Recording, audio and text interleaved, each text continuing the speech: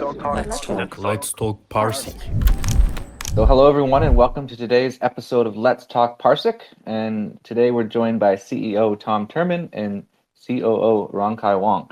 I'm your host Casey, head of community with PARSIQ, and Dave's here from our community team as well, who will be asking many of the community questions. So we have collected a lot of questions today for our community in advance. So great to see you guys. You're still able to ask questions today on Telegram and Discord if you wish. We'll be getting to the community questions a little bit later.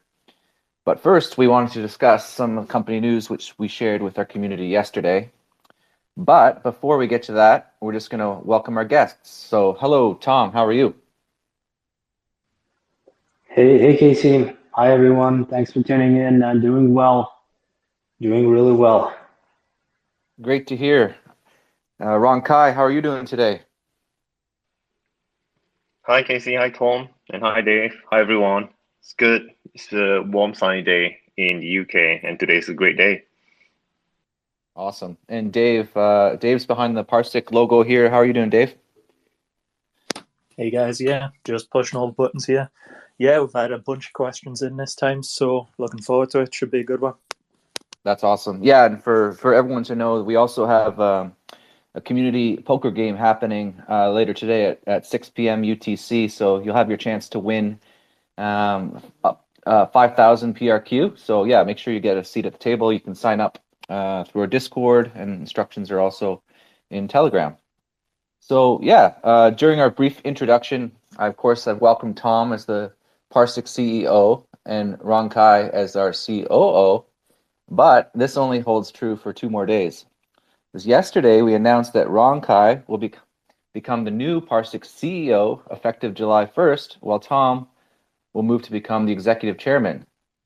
So this one's for Tom. I think our community would love to know how this change came about. You both wrote great letters explaining the move, which are pinned to our Twitter account. But Tom, maybe just let us know why was now the right time to make the change, and can you reflect back on your 5 years as PARSIQ CEO? Absolutely. So all of this is a bit bittersweet for me, but this is the natural progression and evolution of the company. So back when we started PARSIQ, it was 2018. It's going to be 5 years this July, and yeah, back then it was the depths of the bear market. Nothing real was built on the blockchain. There wasn't much adoption beyond basic speculation. It was a difficult time to find product market fit because, in a way, we as founders were also speculating on which services, which products, which software will be needed, will bring value. And of course, we settled on data because data is the biggest commodity out there. And if you were to assume that financial payments, finance in general, gaming, and so on and so forth, for supply chain will all be on the blockchain to some degree, then the ledger will hold a lot of valuable data. And since blockchains are structured in a way that's basically non-structured. So we figured, how do people get access to that data? And this is why we started PARSIQ. It was a long and tough road to convince people that they will need blockchain data, because at first no one understood why, because the main use case was to buy crypto on exchanges, and that's about it. But as the market matured, and so did our products, our offerings. We started with no employees, and slowly built this up from 3 people to over 40, and we built a recognizable brand in the industry as a data infrastructure player in the space. And now we have users and clients and a relatively large team. So a lot has changed over these 5 years, and I am used to working with smaller teams from 3 people to 15, 20, and I am best at taking startups from 0 to 1. which is what I did with PARSIQ. But I think every company during its life cycle, it needs a change in leadership because there's just different stages to the company. The company is in a growth stage now with product market fit achieved, and it needs to scale further. It needs a different kind of vision right now. So this is why this decision came about. I did well the 0 to 1, but now it's time to take it to another level. And honestly, Rong Kai has proven himself as a COO managing the day-to-day operations of the company for a while now. And he was the best person for the job, and his leadership skills, his vision, and everything. His experience in managing hundreds or thousands of people and employees.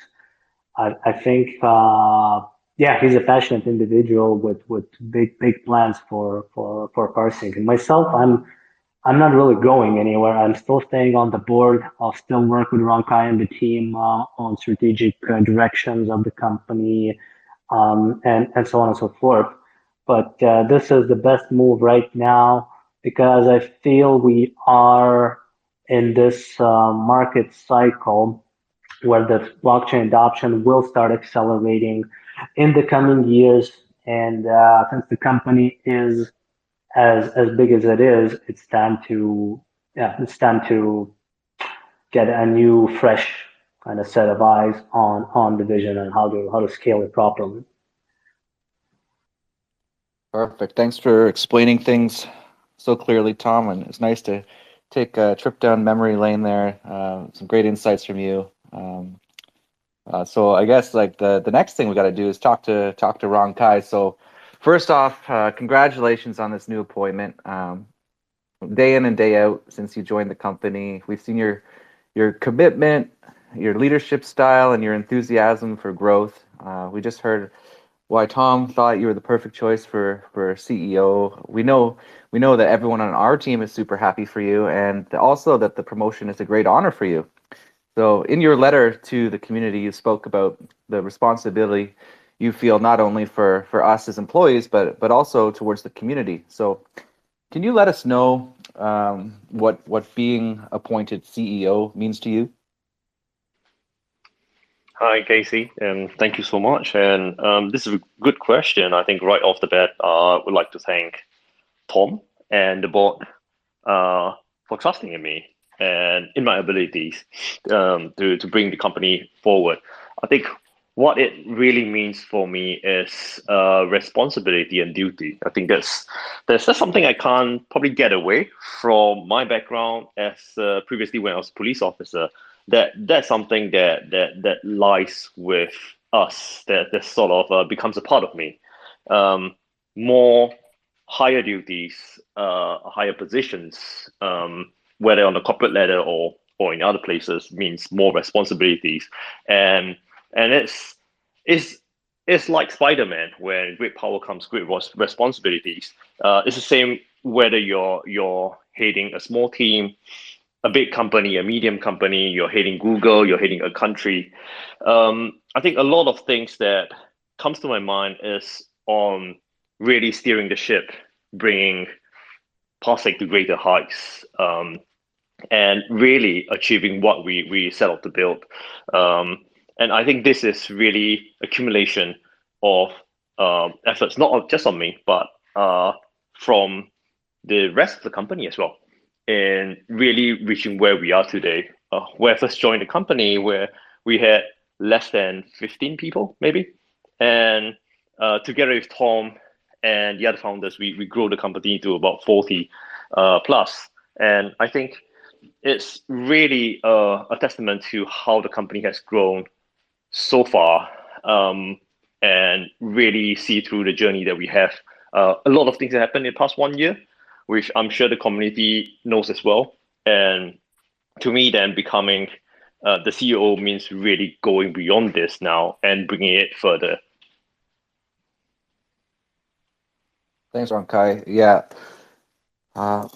as I said, we're very excited to have you as CEO. I do have a few more questions for you just around your new role before Dave gets to the community questions. So, like looking back at the last 2 years at PARSIQ, what would you say so far has been your biggest success? I would say really shepherding the company through the launch of the PARSIQ network, our new product, has been probably my greatest success. It wasn't easy. I think if you're a new startup and you try to come up with a new product, you have a very small team, you have an idea and you turn it into a working product going from 0 to 1, it has a lot of challenges on its own. The challenge we faced was different. It wasn't 2019 when the founders bring it from PARSIQ from 0 to 1. It was a completely new challenge that the entire company has to go through. The tech stack needed to be changed quite drastically. Essentially, we're coming out with a second product. So the old PARSIQ real-time monitoring is still there. People could still use it. We're still getting revenues on it. Great. But now we have a second, newer product, and we're promoting it. It goes down to the marketing side, the commercial side, the launch, working with the community, really talking to people about what we offer, explaining to people why we do it and what we do. And of course, coming out with, sometimes we do even have to educate the industry on why is this a good approach, or why should they look at our product. So we've gone through a lot of trials and errors. We've gone through a lot of ups and downs, but to me, this is probably like seeing through from the preparations all the way to the launch itself and the post-launch. I think that part was really something I could look back proudly. Yeah, of course, Rong Kai's talking a lot about the launch of Tsunami API and data lakes and things like this, which we will be having a 1-year celebration of in just a couple of weeks. Sort of the question a lot of people have for you, Rong Kai, is how do you plan to grow PARSIQ to the next level, and where do you see PARSIQ in the next 5 years? That's a really good question, Casey. So right now, what we have, if you look at it, real-time monitoring is still there. In fact, it's incorporated into our new product. We have Tsunami API. We have data lakes. Not many people actually understand what they are. Tsunami API competes in existing field. Out there, if you look across API data service providers, there's a few, and there's more coming in. They're all trying to solve the essential same problems that has been around since blockchain. And it's about turning data, raw data, into usable, insightful information. We literally have it in our mission and our vision statements as well. That's what we're going to do. And we want to make it useful to people. And our data lakes is basically our interpretation of closing that gap from raw data into useful information. In fact, it is our take on completely closing the gap. You literally get useful information to your taste directly from us. I think that is something that requires a very big paradigm shift in the industry. This is extremely innovative, it's extremely new. And I think that's something that me and the team at PARSIQ, we are working very hard to really bring it to the next level in terms of adoption. In terms of how we're going to do it, there's a lot of things that's been working behind the scenes. We are working with big names, and a lot of people in the community might be asking, well, why haven't you announced anything yet? A lot of it might not be most of it actually are not on our plate. Basically, the ball's not on our court. They have to agree. Some of it is agreeing they're testing it, but they're telling us, please don't announce it. There's a lot of other commercial reasons why sometimes they keep things under wrap.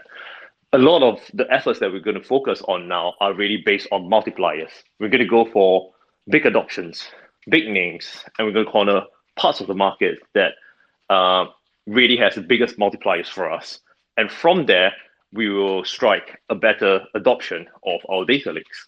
and create a better ecosystem as well.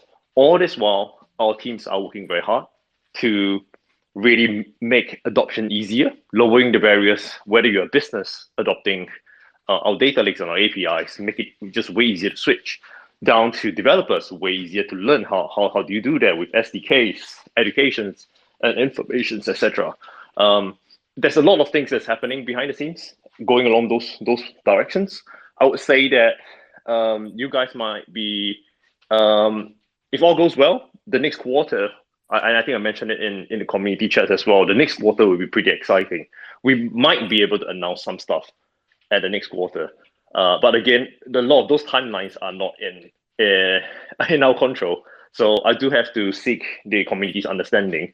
We have at least 2 to 3 quite interesting news that we can hopefully announce once things are signed. But so to watch out for this space. I think one of the exciting stuff is also that not all of those names are Web3. A lot of what we are doing is really to bridge the gap between Web2 and Web3, really trying to get the adoption of blockchain technologies into the wider mass market.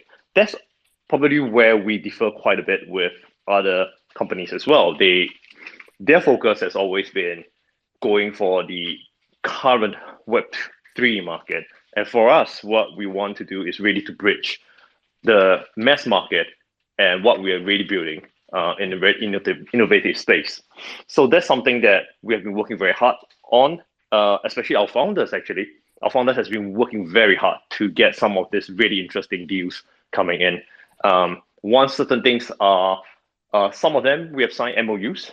Again, a lot of it has NDAs attached to it as well, so we can't announce it.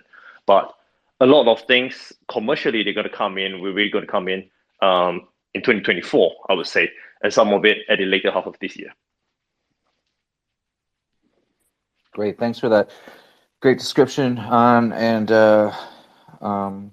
sharing your vision, Rong Kai. I think people will be interested to know that what's going on behind the scenes may come to fruition in the next quarter. Finally, just before I hand everything over to Dave for the community questions, there's lots of great questions about the PRQ token, our upcoming tokenomics, product development, partnerships and marketing, and more. But the last question here is there going to be a search right away for a new COO, or what are your thoughts around this? Yeah, this is a very good question. So technically, effectively, when I take over as CEO, we don't have a new COO yet. So am I doing both jobs? You can say that, maybe. But I think for quite a while, I think as the demands on Tom and I has increased tremendously in the past 1 to 2 years, a lot of what I've been doing has sort of entered the realm of CEO already. So to me, in terms of my workloads, hasn't changed that much. And it's probably the same for Tom as well. While he's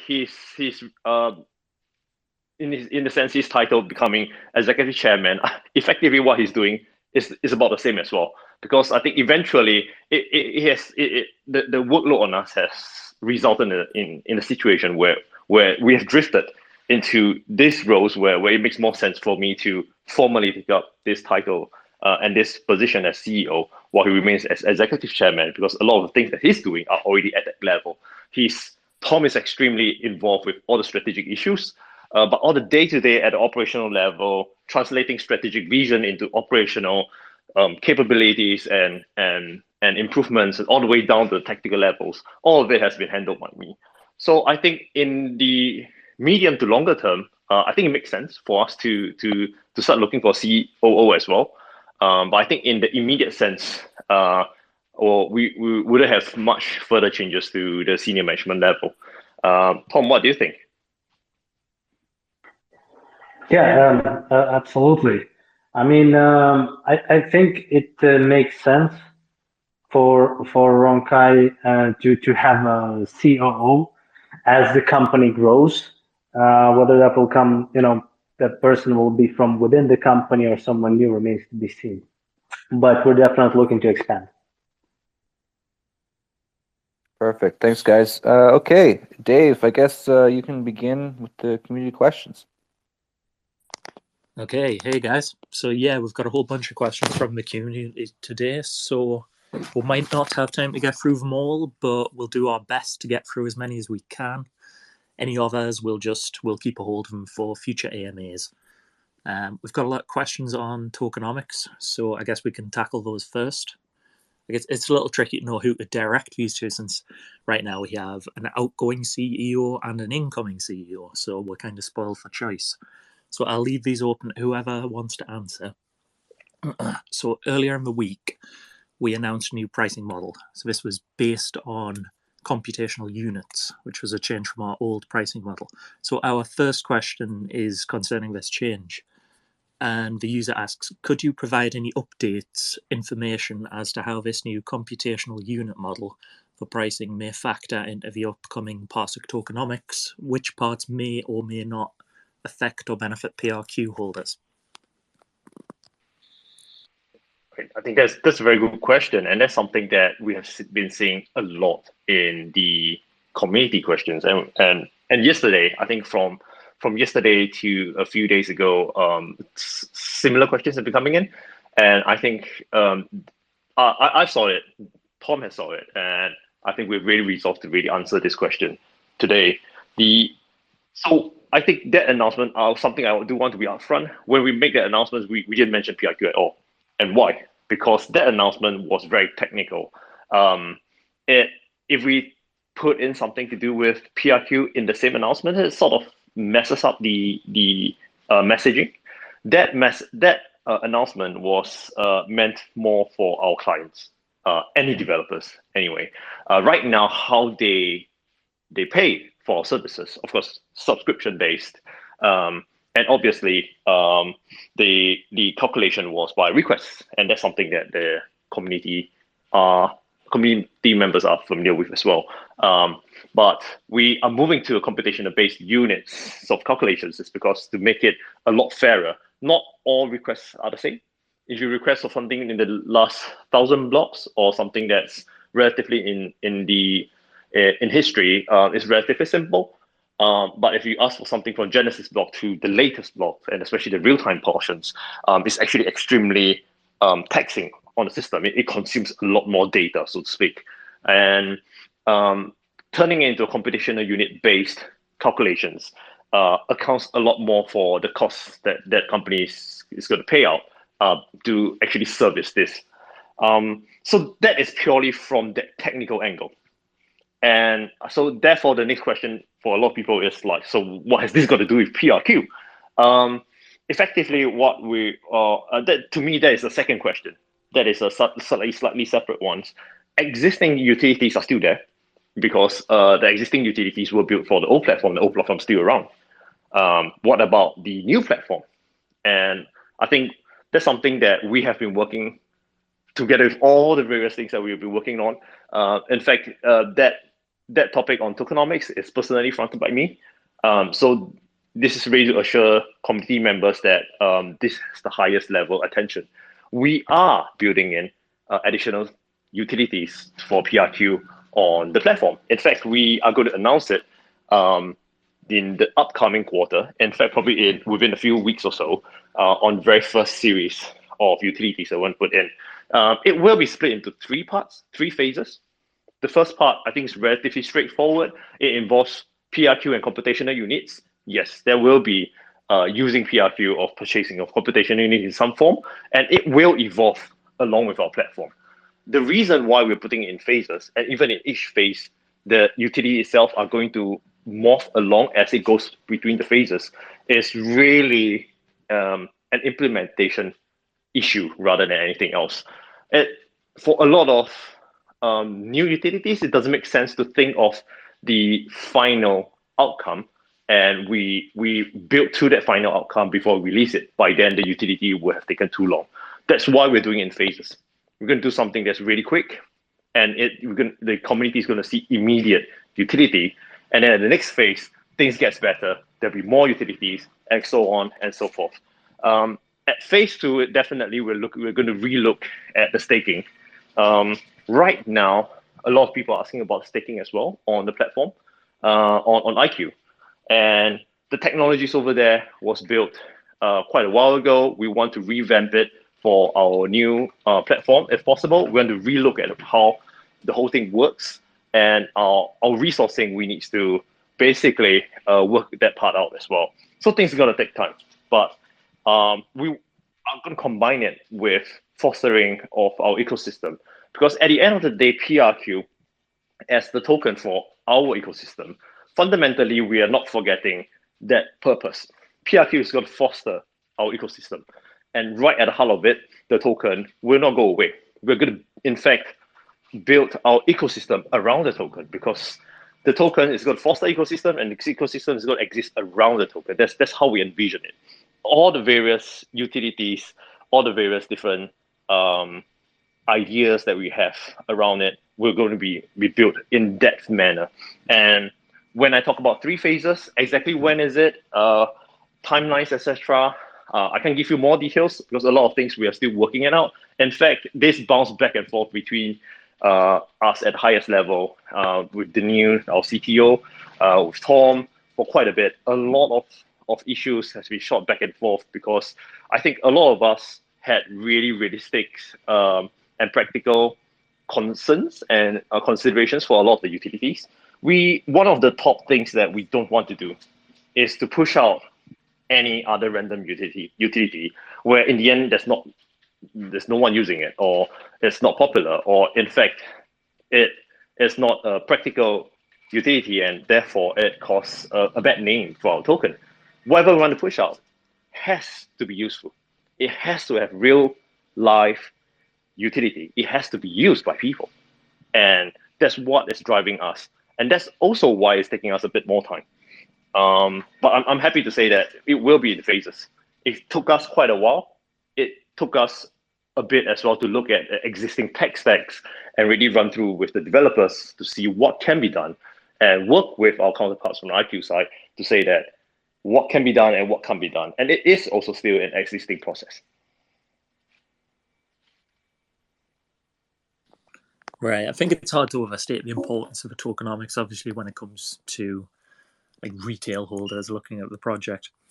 It's if I can add here. So I just wanted to kind of zoom out and talk briefly about tokens and tokenomics in general in the industry. Because if you think about it, if you look at the market, all the projects and tokens that are live, how many of them really have a real use case, right? Not that many. And out of those that have a use case, are they actually used for this use case, or are they just for speculation? So it's designing tokenomics that makes sense and provide value. It's not an easy task. If you're not like a Ethereum layer 1 blockchain network, then the use case design is extremely difficult. I've spoken to founders of large DeFi protocols, successful DeFi protocols. Even they are struggling with it, even though they are decentralized protocols. And I mean, there are plenty of projects that have given up. They might be even successful companies or successful products, but they just don't even put the effort anymore to try to do anything with the token. Just coexists, and yes, it reacts on some news, it reacts on potential listings and so on, but just use the speculative vehicle, right? And so many examples. Very few projects have actually implemented tokenomics that successfully work. I mean, I guess Luna was actually one until it death spiraled. So it's what I'm trying to say is that the whole industry is struggling with this stuff, and we are still trying, and I think we have come up with a pretty great solution to this, considering everything. I mean, there have been multiple iterations of the token economy. We started with a simple payment token, which was kind of standard back in 2019, 2018. And we went from there, experimenting and trying new things to see what works with different degrees of success and failure. So I think it's a constant process, and we are on our way. And this model that Rong Kai described is, in our opinion, has a great chance of success. So we'll be putting in the effort.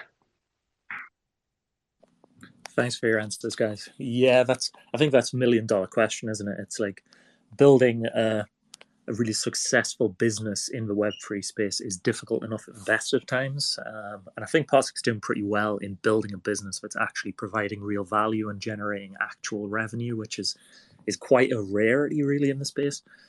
But actually linking that to the tokenomics in a way that retail users can benefit from as well is so difficult if you're not an L1 or L2 with that sort of locked in concrete use case.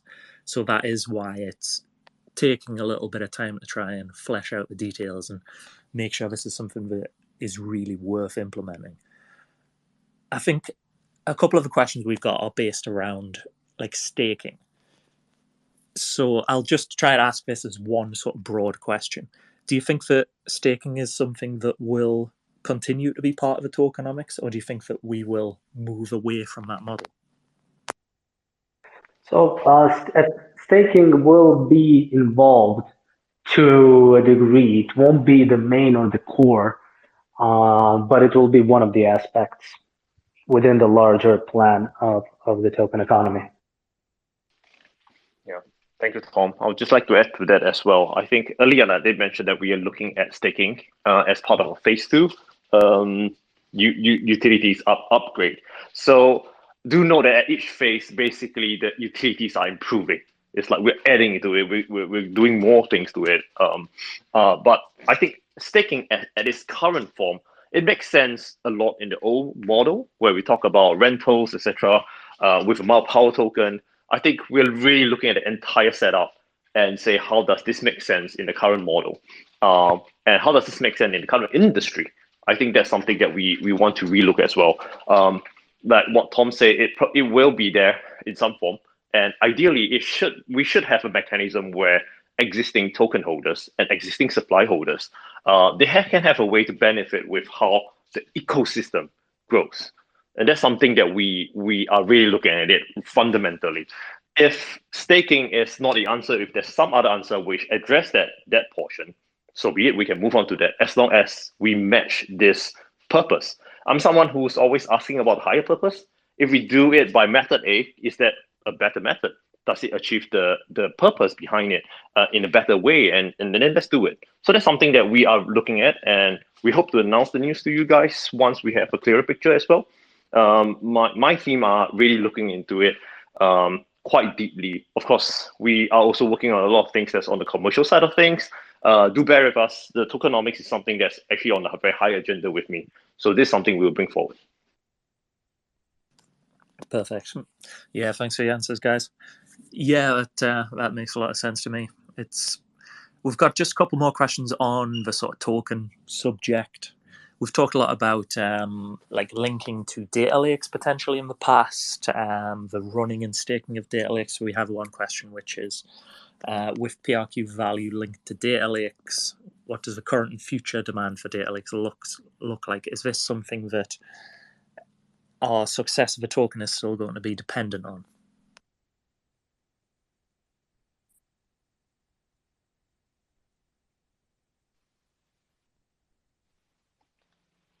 Hi, Dave. Yes. So sorry, I think I got cut off by a little bit on the last part. Do you mind if you can repeat the question? Sure. Yeah. So we've talked about the idea of using data lakes and the idea of creating your own data lakes, like third-party devs developing data lakes, operating on the PARSIQ tech stack as part of tokenomics. So you would, for example, pay like stake PRQ in order to run your data lake. We've talked about that idea in the past. That idea. So the user's asking, with PRQ's value linked to data lakes, what does the current and future demand for data lakes look like? So they ask, would people entities need a lot of them or just a few? I think they're wondering, basically, how well data lakes are doing. Is this still the route that we're going to go down as far as tokenomics are concerned? Yeah. Thank you so much for the clarification, and I heard the full question now. So basically, I would say this is closer to a bit like a phase 3 of our tokenomics assessments. What essentially is at the root of this issue is how do we incentivize people to adopt data lakes, of course, with PRQ at its center. The way of staking PRQ in order to lease data lakes is one way of doing it. In fact, we're still exploring that as possible options, both from I would say principle standpoint, like does this work? Does this make sense? Down to the implementational standpoint, like does it require too much effort for us to actually build this in, or can this be done relatively straightforward? That being said, I think the core of the question will be actually how do we actually use PRQ in order to incentivize the adoption of data lakes in our ecosystem, and I think that's something that we are addressing at the higher level. We want to go down to first order and say that how can we do that, and how can we better improve it. I think the key concern, of course, is that, okay, PRQ prices are still relatively volatile. If you look at it, and if you look at other projects in the market, they usually peg it to USD, for example, and just say that, okay, if you, we'll just ask you to lock in a certain amount that's at the market price at the point in time when you're trying to do it. Does it really work? Does it really not? There are pros and cons around it. I would say that for our ecosystem, we're still debating on, in terms of adoption, what exactly do you want? When you are of a certain size and you start demanding for people to do stuff like that, maybe even asking them, can you put in $5,000 worth of PRQ, for example, before you can actually lease your data lakes, for example. I think that works in the pretty late stage. In the early stage, when you're trying to get adoptions, you're looking at individual developers. You're looking at small startups. You're looking at big companies, and you want the big companies to be able to anchor your product and anchor your technology in order to get that across. So in such a situation, what is the best method at which PRQ can be at the core of it? I think that's the fundamental questions that we're trying to resolve in the system right now.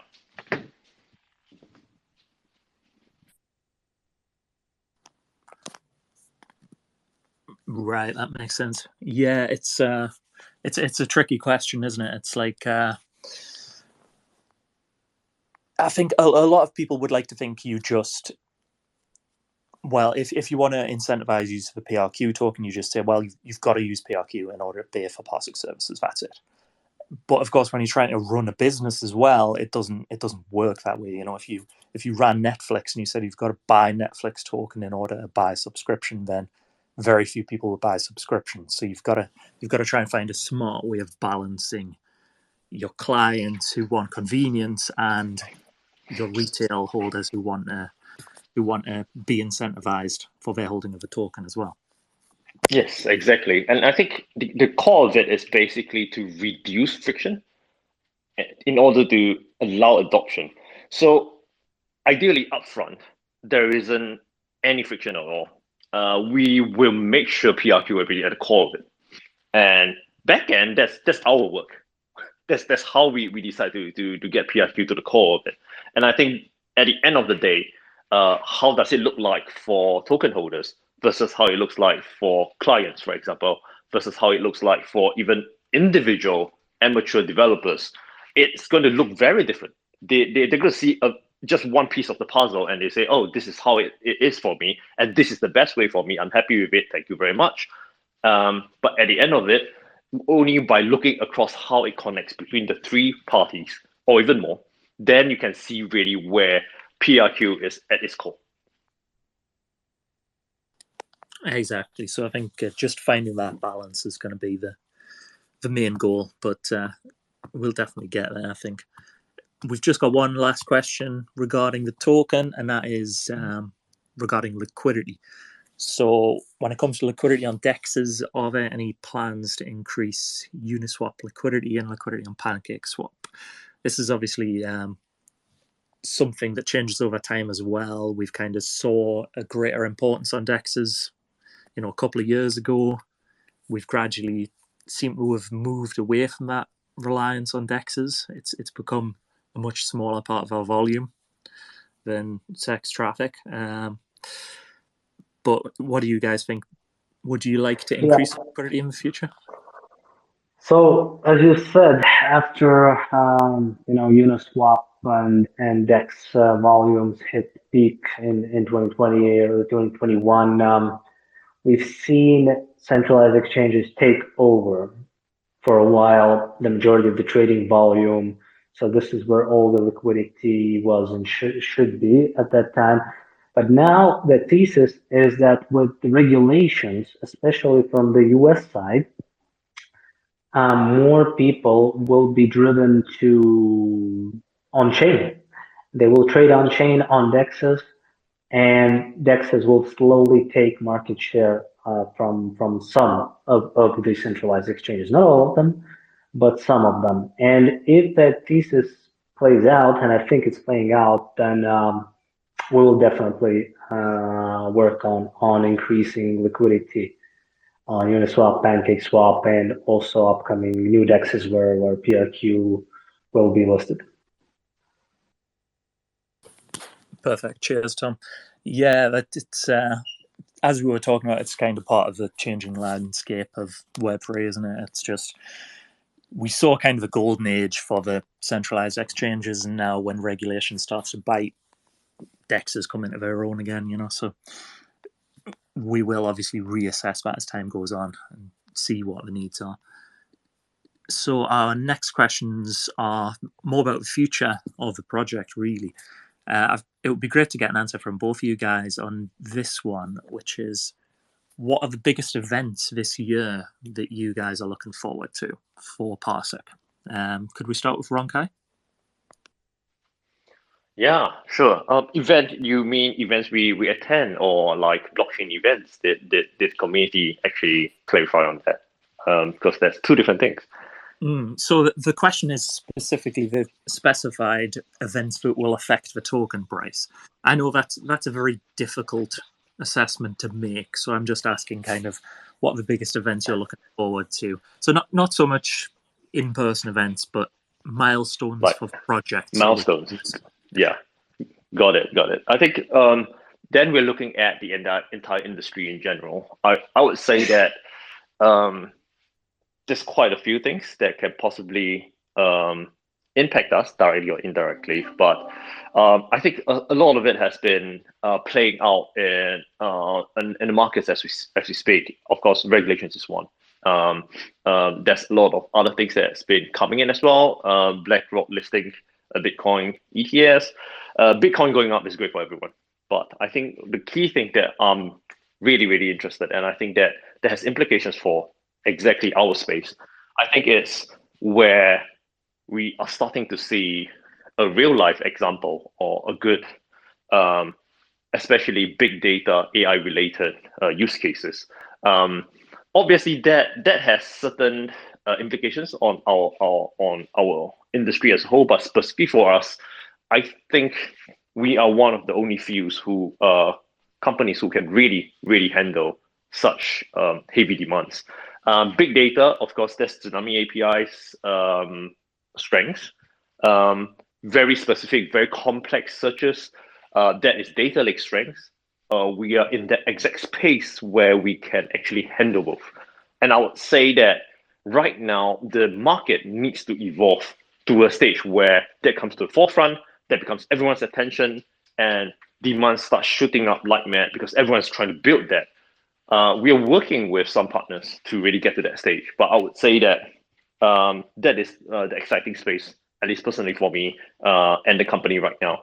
Tom might have a slightly different take. He will be looking at something else, and I myself, I'm interested to hear what Tom is thinking of as well. Yeah, well, I guess everyone has a different answer to this question, right? Tom, how about you? What are you most looking forward to this year for PARSIQ? Well, there are a lot of things, really. I think Rong Kai covered some of them. We are focusing heavily on AI. Everyone is saying, like, find the Web3 convergence with the AI use case. But I think, better than blockchain plus AI is actually blockchain data plus AI. That's a match made in heaven. And this is why we had an influx of clients projects, AI projects actually, who need blockchain data to apply their AI algorithms to the blockchain data that only Tsunami can give them in such a capacity, speed, and reliability level. So this is one of the bigger focuses is AI for this year, as Rong Kai mentioned. Another one is definitely traditional tech adoption. So yeah, we are still working with some non-crypto native tech companies, quite large ones. Some of them are still in talks, very slow. Some of them are signed. So we expect something to come out of it this year for sure.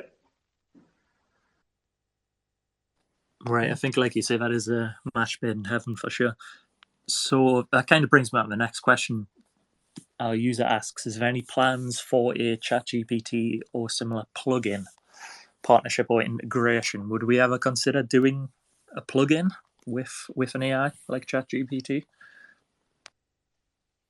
Yeah, definitely. I think a lot of it really depends on finding the right partner. I think as the company expands and as our bandwidth expands, a lot of this are sort of a natural progression down what we're doing. We want to make it easier for developers to build, to get the data. And I think AI is sort of a natural progression on that. We already have AI-based clients, and a lot of it really goes down to what they're building. And whatever people are building on Web3 as well. It's not that simple as, say, integrating ChatGPT, at least in our context. So, for example, when Binance or some exchanges, they integrate ChatGPT and some form of GPT chat, it's off-chain. That's something that happens for fun, for the community to answer some certain questions. That to me doesn't really go down to the core of our business. Our business remains on chain and about data, and that's something that we are exploring as well. If there is a third party partner that can actually help boost that aspects more, we are actually very eager to do some form of partnerships. Right, I think we've seen a lot of interest from AI companies so far. I know we've got some on board that have had some pretty hardcore usage so far of Tsunami API in terms of traffic. So I think it's a very promising potential route to go down. We're obviously getting towards the end of our hour now, so I've just got one last question for you guys, and then I'm going to hand back over to Casey to close things up. So last question is just, how are things come along with Uniswap data lake or Aave data lake? Are they still planned, or is that no longer in the works? Yeah, to my knowledge, the Uniswap data lake, and not just Uniswap, but in general, DEX data lakes, which are applicable to many more DEXs than Uniswap, is ready. So, Rong Kai, you want to expand on this? Yeah. So what Tom is saying, I would say that the V2 version is going to be launched soon. And obviously, if those of you who are sharp-eyed and looking at our roadmaps, there's going to be a V3 version. And recently, Uniswap announced a version 4. We are already looking at version 4. I think it's pretty exciting. There's a lot of things that we can possibly do. Of course, that remains further down our roadmap. We want to make sure we do the industry justice by going through the different versions. Why do we need to do it by different versions? Of course, they're structured differently. And the various different DEXs on the market, they sort of adapted, morphed, and adjusted from the original DEX of it all, Uniswap. And once we basically get the version 2, we can more or less cover all types of DEXs that generally follow that pattern. They have some sweet changes, but the single data lake will be able to cover all of those changes as well. And I think that's something that's really sweet about what we're doing. We can actually do such complicated searches all within one single technology, one single data lake. And that's going to be the same for version 3 and version 4 down the road as well. Awesome. Thanks, guys. Yeah, so I think looking forward to that. And we may even have another data lake, which has even broader usage, which you may hear about first, if I'm not mistaken. So stay tuned. That is the last question that we have time for at the moment. But any questions that I didn't get to, I'll keep a hold of, and we'll make use of them in the next AMA. So just stay tuned for that. Without further ado, I'll hand back over to Casey, and we can close up the spaces. Thanks so much, guys. Yeah, thanks, Dave. I guess just sort of we can just open up the floor to Tom, Rong Kai, Dave, if you have anything to say. Just like, a lot of people get excited to hear your guys' opinions on where you think things are going. So, and I certainly like to hear what you guys have to say on this. Like, what do you think will happen throughout the rest of the year on like the macro level, going into next year? Like, what are your predictions? Yeah, the market has been interesting for sure. It's been a tough like 1.5 years in the industry and in economy in general, in other markets as well. Things are looking a bit better. Personally, again, not financial advice, but I think the worst is behind us, and we're looking forward to some better times, which will also bring more adoption. I mean, a lot of us are here because we believe in the technology and what it can disrupt, what it can change.